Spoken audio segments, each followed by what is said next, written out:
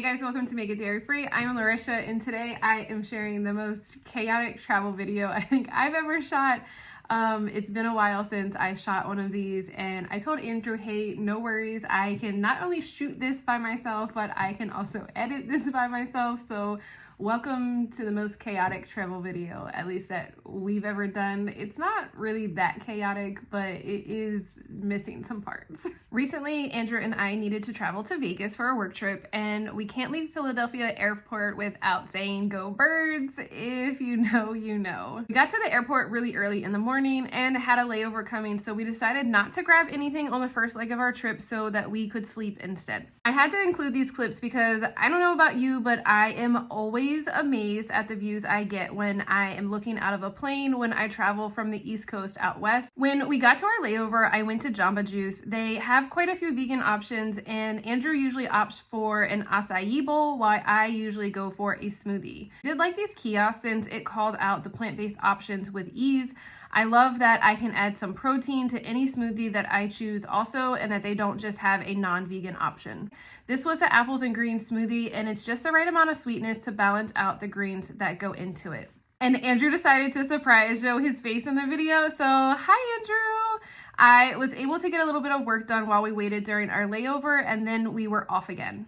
I didn't get a clip, but as soon as we got off the plane, and walked out of our gate, there are casino slot machines everywhere, literally inside the airport. It's something that I have personally never seen before, and it was just really interesting to see that. I'm sure if you've been to Vegas before, it doesn't even faze you, but I didn't know that this was even just seeing that was the calm before the storm of what it's like being in Vegas. Long story short, it looks and feels like this all of the time. When we got to the hotel, it was too soon till our dinner reservations in order to get another meal, so I had a protein bar.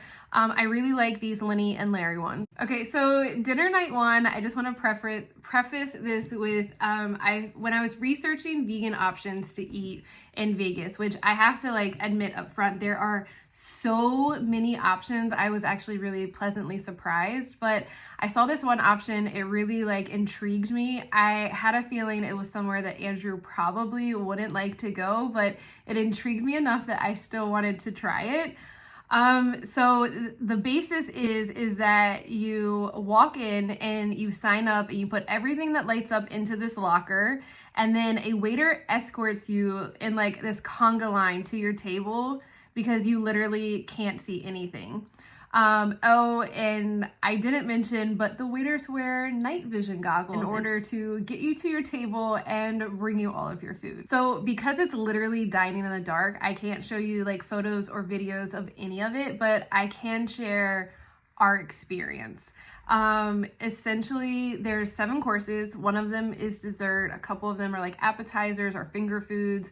There is one main course, and then you have a dessert course.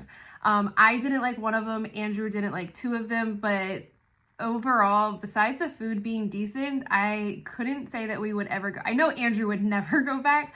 I can't say I would do this again.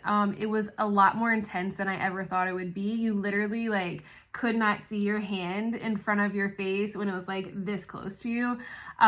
So it was just a lot more than I thought it was going to be. And because of that, I wouldn't personally go back. But if you're ever interested in a dining in the dark experience and they're available to you, or if you've done one, you have to let me know how it went for you in the comments below. To start day 2, the next morning, I ran over to Ronald's Donuts, which came highly recommended and didn't disappoint.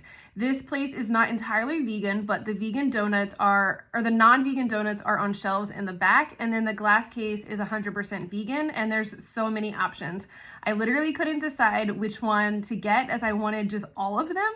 Donuts are my love language, but I decided to just opt for a few, and my favorite one was this glazed lemon cream donut. It's soft and fried and had such a great filling to donut ratio. For the work part of our trip this day, we attended the Winter Fancy Food Show, which was at the Las Vegas Convention Center. It's a trade show for mostly smaller independent food businesses. Some of our favorites were there, like Dandy's and the B-word custard sauce, as our kids call it.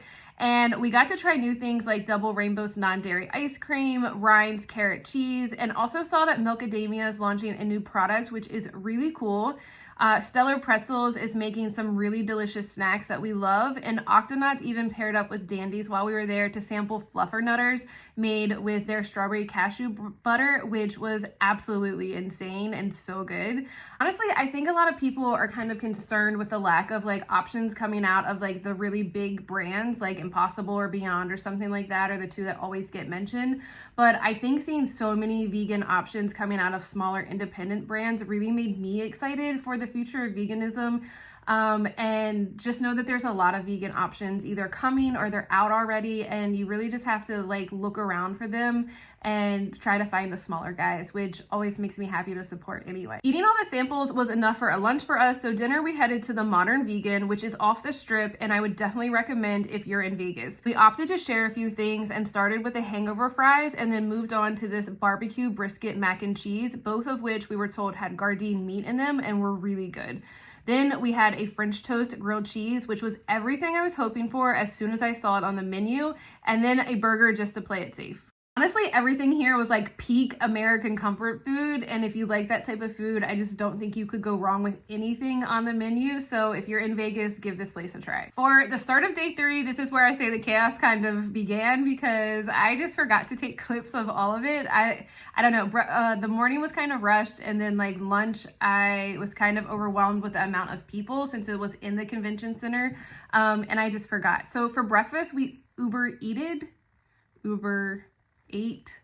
We had Uber Eats deliver us these protein vegan smoothies from a company called Pressed. As far as lunch goes, we had a vegan burger inside the food court area of the Las Vegas Convention Center, and it was the most underwhelming meal of the entire trip.